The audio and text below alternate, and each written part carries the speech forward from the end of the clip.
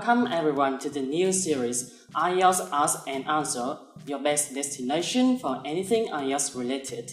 And today we have Mr. James, one of the lecturers at ABIT, here in our academy to answer all of your questions. Glad to see you today, Mr. James. How do you feel? Yeah, I feel very well, thank you. Thanks for having me here. Alright, so today I'm going to ask you some questions about the speaking test. So are you ready to answer? Go for it. Okay, now we're going to the first part with the first question. How many parts are there to the speaking test?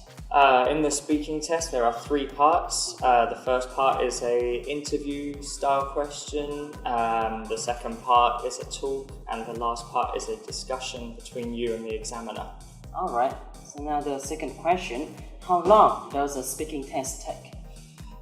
It depends on the length of your answers, but usually 11 to 14 minutes. Alright, so how many questions will the student be asked during the test? In the first part, there are about 12 questions. The second part is just a talk, so it's one topic. And the third part is about 5 questions. Again, it depends on the length of your answer. Alright, so that's some basic information about the test. Yeah. And now, a part that many students are wondering about is the score. Alright, so how are the IELTS speaking scores calculated? Okay, so there's 4 parts. Each part is worth 25%. The first part is how fluent and understandable your answer is.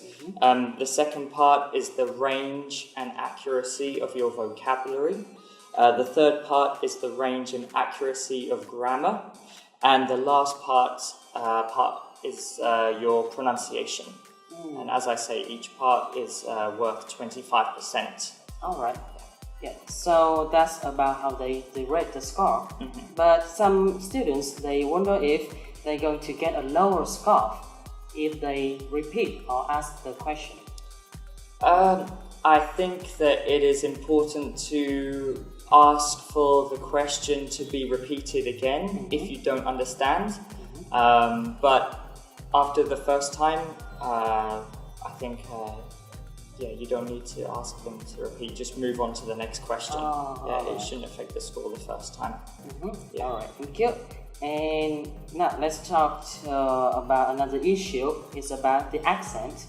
Does it matter if I have a weird accent? It doesn't matter about your accent. The examiner will know that you will have a natural accent.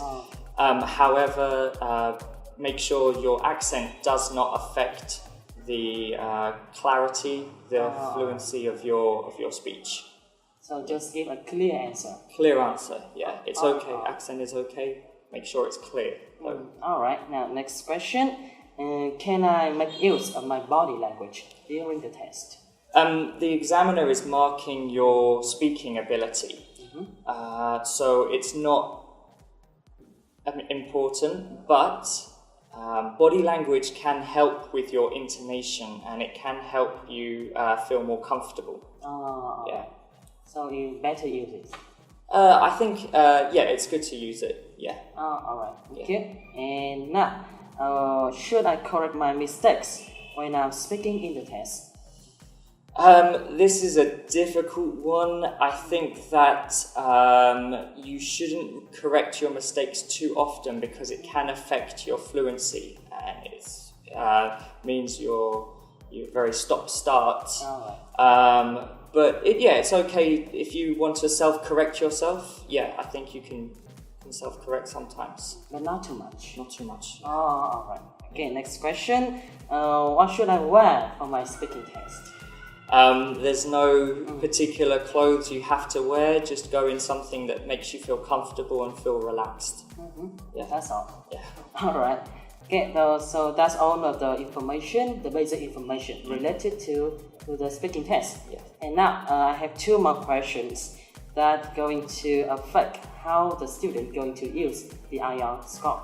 Alright. So what IELTS speaking score is required for most university entry? Actually, it depends on the university and the country. However, to study abroad, you should be looking at about a 6.0 band. Some more basic courses abroad will be lower, maybe a 5.5, but aiming for 6.5 is a good target. Good target. Alright, so if my final band score is a half band or one band lower than my desired score, what should I do to raise my score? There are many things that you can do. For example, you can check out the ABIT language the ABIT fan page for good techniques, and just keep on learning new vocabulary and keep studying, practice your English wherever possible. Alright, so that's it for today. Thank you very much. Alright, thanks very much. Thank you. Alright, so that's the end of the first episode for the series IELTS Ask and Answer, your best destination for anything IELTS related. See you in the next episode. Bye. Bye.